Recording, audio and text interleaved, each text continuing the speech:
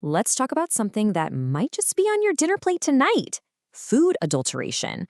And look, I'm not just talking about getting cheated out of a few rupees. We're diving into a hidden public health crisis, a silent assault that's happening every single day.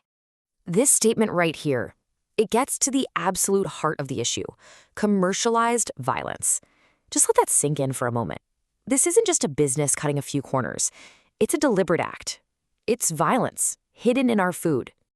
So this is where we need to totally reframe our thinking. What if we stop calling this a simple fraud and start seeing it for what it is: a crime? A crime against our very lives. That's what we're tackling first. You see, this goes way beyond getting ripped off. This is a physical invasion. These chemicals, these powders, these dyes, they're added in secret. And they can quietly steal your long-term health, your energy, and for some, especially the most vulnerable, they can even steal their life. It's a violation of the most personal kind. And if you think this is just some abstract threat, think again. History gives us a really grim pattern. Back in 1998, a toxic mustard oil outbreak in Delhi killed more than 60 people. Then, in 2013, contaminated cooking oil in school lunches, it killed 23 children. These aren't just statistics, they're tragedies. And the scariest part, it hasn't stopped.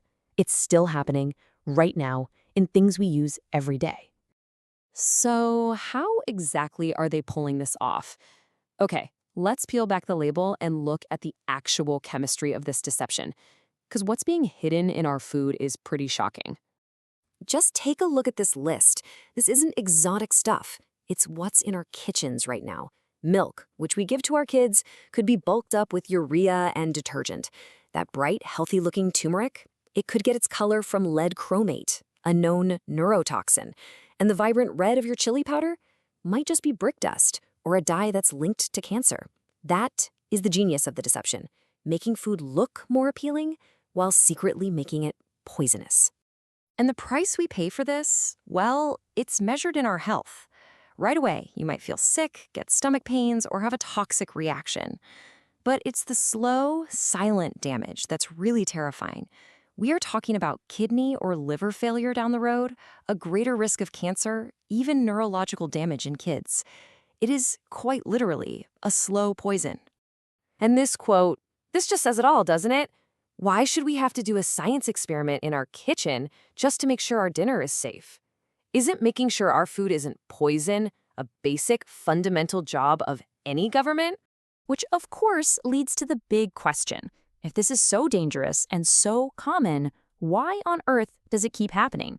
Well, the answer seems to be what the source material calls a systemic failure of fear. I want you to look at this number, 28,347. That is how many food samples were found to be contaminated or substandard in just 1 year. This is not a small fringe issue. It is a massive, nationwide crisis. The current system is clearly not scaring anyone off. So why? I mean, really, if we know the scale of the problem, what is so fundamentally broken that this just goes on and on and on? Well, it's easy to just blame a few dishonest traders, right? But that misses the real story. The real problem is a failure of governance. When the very people who are supposed to protect us, the food inspectors, the lab officials, when they are negligent or, worse, corrupt, the entire system just collapses.